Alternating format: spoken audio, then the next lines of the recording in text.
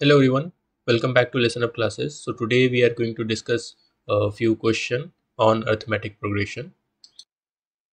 Now in this question, we need to find the 25th term, right? 25th term.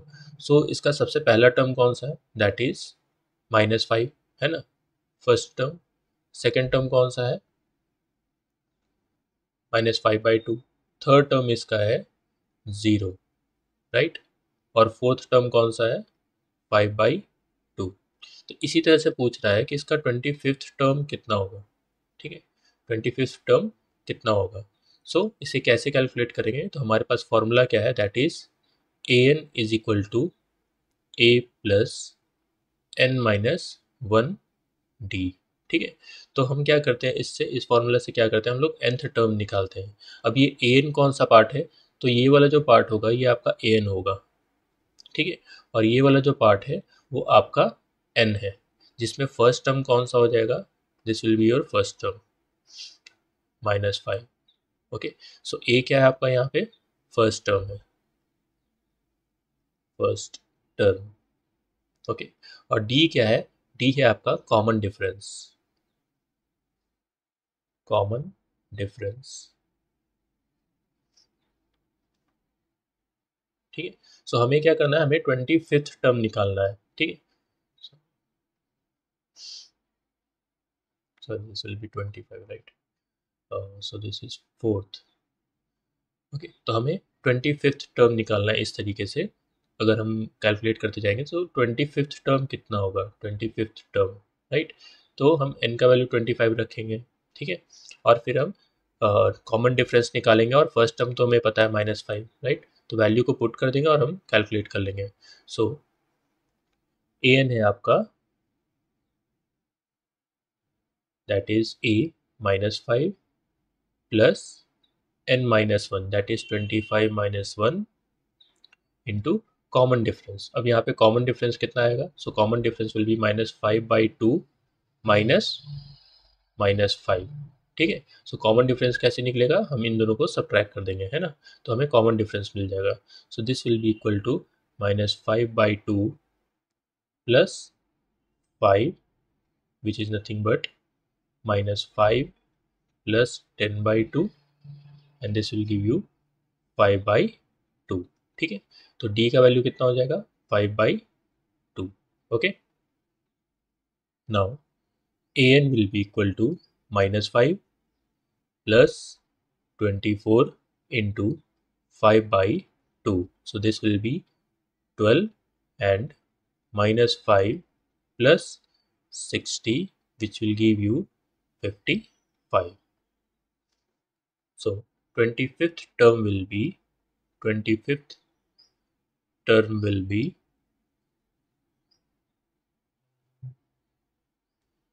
55.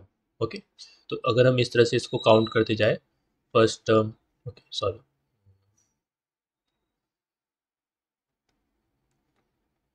सो अगर हम इसको count करते जाए, first term, second term, third term, fourth term, तो इस तरह से काउंट करते करते 25th पे कौन सा नंबर आएगा आपका?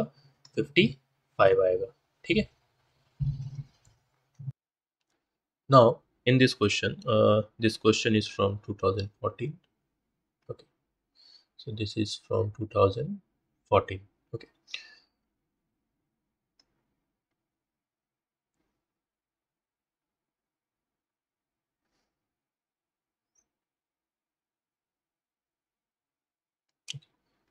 now in this question the seventh term of an AP is given as 1/9. ठीक है, तो हमारे पास फॉर्मूला क्या है? an. Okay, that is a plus n-1 d. Now n का वैल्यू क्या दिया हुआ है यहाँ पे? केस वन में, case one, seventh term of an AP is 1/9. तो n का वैल्यू कितना हो जाएगा? 7.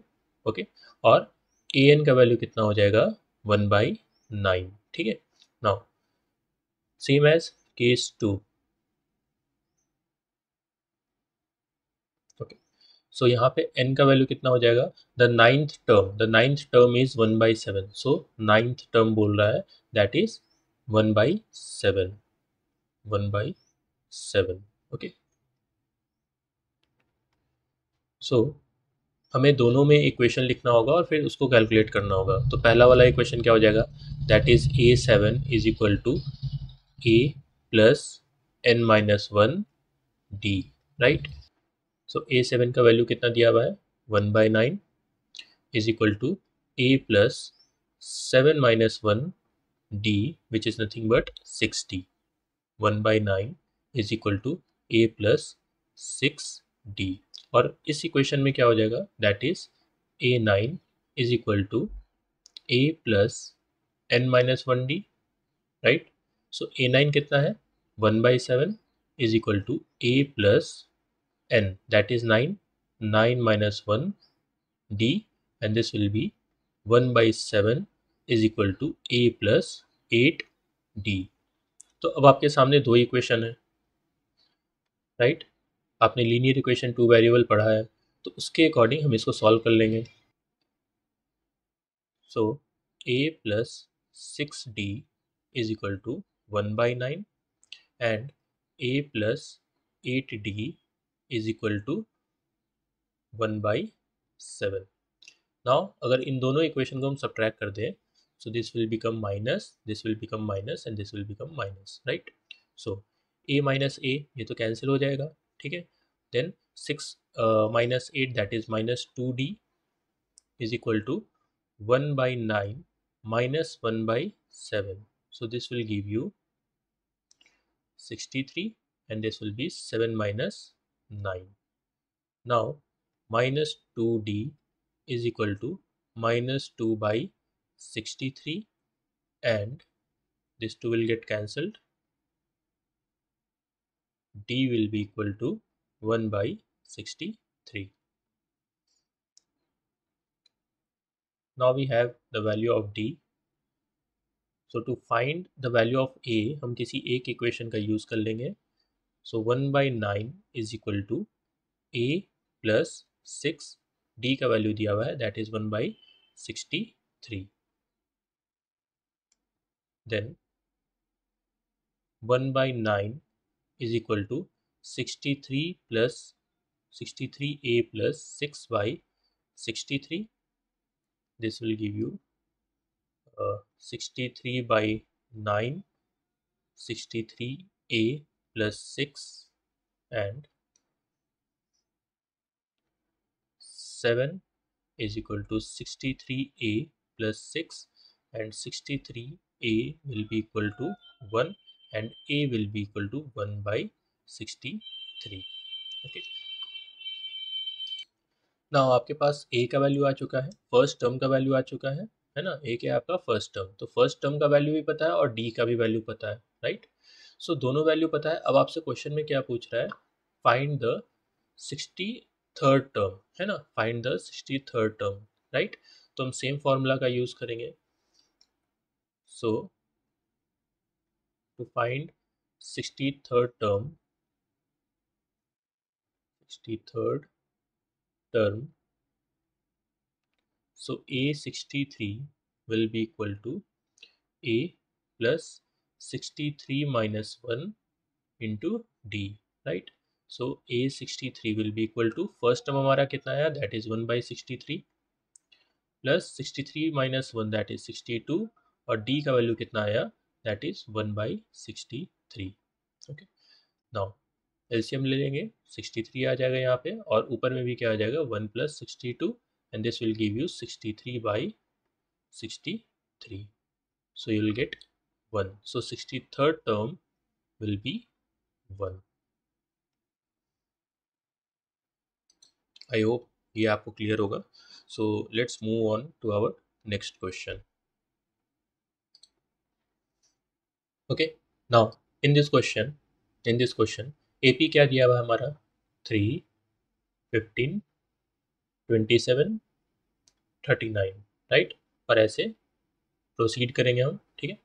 सो हमारा फर्स्ट टर्म यहाँ पे क्या है, अगर देखा जाए फर्स्ट टर्म, तो हमारा फर्स्ट टर्म यहाँ पे क्या है, 3 है। सेकेंड टर्म क्या है, 5 है। थर्ड टर्म 27 और फोर्थ टर्म 39। अगर हम इस तरह से चलते जाए तो 21st टर्म पे जो आपका वैल्यू होगा, फॉर एग्जाम्पल यहाँ पे कुछ वैल्यू होगा XYZ, ठीक है। सो अगर सपोज करो यहाँ पे X वैल्यू है आपका, 21st टर्म पे। तो हमें पता करना है कि इससे 120 ज़्यादा, यानी कि अगर हम इसमें 120 ऐड कर दें तो वो किस नंबर पे आएगा, ठीक है, वो किस नंबर पे आएगा, यानी कि हमें फिर टर्म ये nth टर्म निकालना है, ठीक है, वो किस नंबर पे आएगा। तो सबसे पहले हम क्या कैलकुलेट करेंगे, सबसे पहले हम कैलकुलेट करेंगे कि 21st पे ये वैल्यू कौन सा होगा, है ना। नाउ तो सबसे पहले फर्स्ट टर्म इसका क्या है, ए क्या है 3, और इसका कॉमन डिफरेंस क्या है, that is 15 minus 3 which is nothing but 12, right.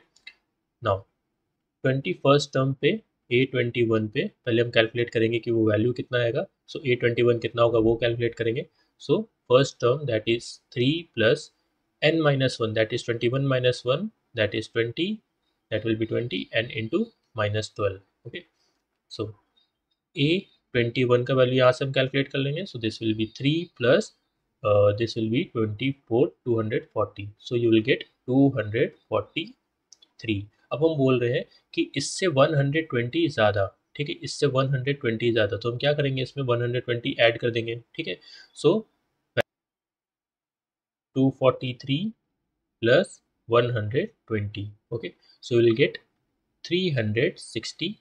तो 363 हमारा वैल्यू आ गया। अब ये 363 कौन से टर्म पे आएगा हमें ये कैलकुलेट करना है, right. So 363 will be equal to A का वैल्यू आपका कितना हो जाएगा 3 प्लस एन वैल्यू निकालना है, ठीक है, कौन से टर्म पे आएगा। सो n माइनस वन डी का वैल्यू कितना दिया हुआ है 12। सो this will give you 363 minus 3 is equal to n minus 1 into 12, and this will be 360 divided by 12 नीचे आ जाएगा। so this will be n minus 1, and अगर ये हम डिवाइड करते हैं so we'll get 30 and n will be equal to 1 उधर चला जाएगा तो क्या हो जाएगा 30 plus 1 that is 31। Okay, so n का वैल्यू कितना आएगा 31। Now moving on to our next question. So इस क्वेश्चन में हमें क्या कैलकुलेट करना है, इस क्वेश्चन में हमें कैलकुलेट करना है मिडिल टर्म, ठीक है। तो सबसे पहले तो हम ये चेक करेंगे कि ये 247 कौन से टर्म पे आ रहा है, कौन से नंबर पे आ रहा है, ठीक है। सो सपोज करो ये nth नंबर पे आ रहा है, ठीक है। तो हम जब ये कैलकुलेट कर लेंगे तो हम इसका हाफ अगर हम निकालेंगे तो हमें मिडिल टर्म निकल जाएगा, और फिर मिडिल टर्म निकल जाएगा और उसके अकॉर्डिंग हम उसका वैल्यू निकाल लेंगे, ठीक है। नाउ यहाँ पे हम n/2 कर देंगे, देखेंगे अगर वो ऑड है या इवन है, एन का वैल्यू ऑड है या इवन है उसके ऊपर डिपेंड करता है। सो n/2 करेंगे और उसके बाद हम उस वैल्यू पे, उस टर्म पे हम उसका वैल्यू निकाल लेंगे, ठीक है। नाउ सबसे पहले यहाँ पे फर्स्ट टर्म कितना दिया हुआ है दैट इज 7, और कॉमन डिफरेंस कितना है आपका 13 माइनस 7 कितना आएगा 6, राइट। नाउ 247 कौन से टर्म पे आ रहा है A plus N minus 1d। So A का वैल्यू आपको पता है that is 7 plus N minus 1, common difference भी पता है 6, ठीक है। So 247 is equal to 7 plus N minus 1d। हमें क्या करना है, हमें एन का वैल्यू निकालना है, right. So 247 minus 7 divided by 6 कर देंगे is equal to N minus 1, right. 6 नीचे आ जाएगा और 7 उधर चला जाएगा तो माइनस में चला जाएगा, right. So this will B 240 divided by 6 is equal to n minus 1 and 40 is equal to n minus 1, ठीक है। नाउ 1 को उधर भेजेंगे, n will be 41। तो यहाँ पे देखो, यहाँ पे n का वैल्यू कितना आ रहा है, n का वैल्यू आ रहा है 41, राइट। अगर हम इसका हाफ करते हैं तो क्या आ जाएगा 20.5 आ जाएगा। 20.5 पे कौन सा वैल्यू ये तुम निकाल नहीं सकते है ना। तो हमें क्या करना है, हमें एक वैल्यू इसमें ऐड कर देना और फिर उसका हाफ करना है, ठीक है। सो इसका हाफ वैल्यू कितना हो जाएगा, इसका हाफ वैल्यू कितना होगा। So this will be half term, middle term, middle term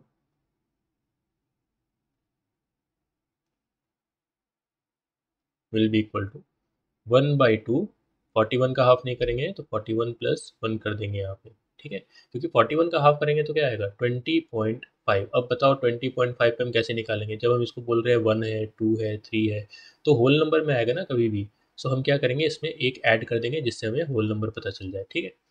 now so this will be equal to 42/2 that is 21। Okay, so 21st पे हम वैल्यू निकाल लेते हैं कि 21st पे कितना होगा। So A21 is equal to first term कितना है आपका 7 plus 21 minus 1 into D that is 6। Okay, so 7 plus 20 into 6, ये आपको कितना मिलेगा, that is 7 plus 120। Okay, and A21 will be equal to 127। तो इसका मिडिल टर्म कौन सा होगा, that is 127। Okay, now in this question, इस क्वेश्चन में क्या पूछ रहा है, दैट अगर सपोज करो तुम्हारे पास दो एपी है, एक एपी ए एक एपी ए, और इसका वैल्यू धीरे धीरे करके बढ़ रहा होगा और इसका वैल्यू धीरे धीरे करके कम हो रहा है ना। तो कौन सा ऐसा वैल्यू है जो दोनों एपी में आ जाएगा, कौन से टर्म पे, कौन से nth टर्म पे जो है वो दोनों एपी जो है उसका वैल्यू एक आएगा, ठीक है। ओके, तो सपोज करो हम उस वैल्यू को मान लेते हैं an, ठीक है। सो ये अगर इस तरह से बढ़ते रहेगा 13, 19, 25, ओके, 13, 19, 25, तो एक टर्म आएगा जहाँ पे इसका वैल्यू सपोज करो आ जाएगा an, और सेम इसके लिए भी दैट इज 69, 68, 67, एक टर्म आएगा जहाँ पे इसका भी वैल्यू आ जाएगा an। तो ये कौन से टर्म पे होगा, ये कौन से टर्म पे होगा, राइट, ये हमें निकालना है, ठीक है। नाउ तो सबसे पहला एपी लेते हैं, यहाँ पे फर्स्ट टर्म क्या है आपका 13, और कॉमन डिफरेंस क्या है आपका 6, है ना, 19 माइनस 13 विच इज 6। सेकेंड वाले एपी के लिए आपका फर्स्ट टर्म क्या है 69, और आपका कॉमन डिफरेंस क्या है 68 माइनस 69 दैट इज -1, ठीक है। नाउ इसमें एन का फॉर्मूला क्या हो जाएगा, that is 13 plus n minus 1 into common difference, और इसमें क्या हो जाएगा, that is an is equal to 69 plus n minus 1 into common difference, ठीक है। नाउ अगर ये दोनों वैल्यू सेम होगा, अगर ये दोनों वैल्यू सेम होगा, मतलब दोनों का एक ऐसा वैल्यू आएगा जहाँ पे दोनों एपी जो है वो कॉमन हो जाएगा, ठीक है। तो हम क्या करेंगे, हम दोनों को इक्वेट कर देंगे। So this will be 13 plus n minus 1 into 6, just a second, या so 13 plus n minus 1 is equal to 6 is equal to 69 plus n minus 1 into -1, ठीक है। Now this will be 13 plus 6n minus 6, and this will be 69 plus 1 minus n, okay। Now n को हम उधर भेज देंगे और बाकी term को हम इधर ले आएंगे। So this will be 7n is equal to 69 plus 1 that is 70, और 13 माइनस 6 दैट इज 7, तो 7 उधर आएगा तो कितना हो जाएगा, that is -7, okay, which is nothing but 63। So 7n is equal to 63 and n is equal to 9। So n का value क्या आएगा 9, तो नाइन्थ टर्म पे इन दोनों का वैल्यू जो है वो सेम हो जाएगा। और नाइन्थ टर्म पे कौन सा वैल्यू आएगा, ये कैसे हम कैलकुलेट करेंगे, कोई भी इक्वेशन में हम इसको पुट कर देते हैं, ठीक है। सो सपोज करो इसमें पुट कर देते हैं, ठीक है, इस वाले वैल्यू में। So an is equal to 69 plus 9 minus 1 that is 8 into -1, so this will be 69 plus sorry -8, right, -8 which is nothing but 61। so ये कौन सा वैल्यू होगा जो दोनों एपी में आ रहा है, दैट इज 61, और वो कितने नंबर पे आएगा, that is ninth term, right.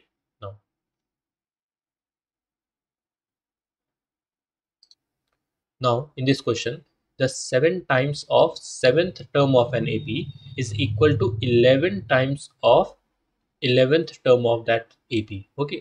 so पूछ रहा है 18th term कितना होगा, right। so इक्वेशन क्या है हमारा, इक्वेशन है 7 times of 7th term of an AP, ठीक है, is equal to 11 times of 11th term of an AP that is 11, okay। सो ये दोनों क्या होगा, इक्वल होगा। तो 7 into A plus 7 minus 1 that is 6d is equal to 11 into A plus 11 minus 1, that is 10d. Okay, now 7a plus this will be 42d is equal to 11a plus 110d. 110d. Okay, now ये आ जाएगा आपका 4a plus this will be 42 minus 110, so you will get around 68d is equal to 0. Okay, now 4 common ले लेते हैं इसमें, a plus 17d is equal to 0, or we can write a plus 17d is equal to 0. Now question में हमसे क्या पूछा है, 18th term, right. तो 18th टर्म कैसे निकालते हैं, a18 is equal to first term plus 18 minus 1d, right. So a118 is equal to a plus 17d। अब इन दोनों इक्वेशन को हम इक्वेट करके देखते हैं, ठीक है। एक ये इक्वेशन है और एक ये इक्वेशन है। इन दोनों इक्वेशन को कंपेयर करेंगे तो हमें क्या पता चलेगा, दैट इज a18 का वैल्यू कितना हो जाएगा, सॉरी, a18 का वैल्यू कितना हो जाएगा अगर दोनों को कंपेयर करें तो, that will be equal to 0, है ना। क्योंकि देखो यहाँ पे भी a है प्लस 17d और यहाँ पे भी a प्लस 17d है। a प्लस 17d क्या है तुम्हारा, 0 के बराबर है, और यहाँ पे a18 के बराबर है। तो a18 का वैल्यू कितना होना चाहिए, 0 होना चाहिए, ठीक है। तो इन दोनों को कंपेयर करना है और आंसर लिख देना है। Okay, so in the next video we will try to solve few more question. Okay, so thank you and see you in the next video.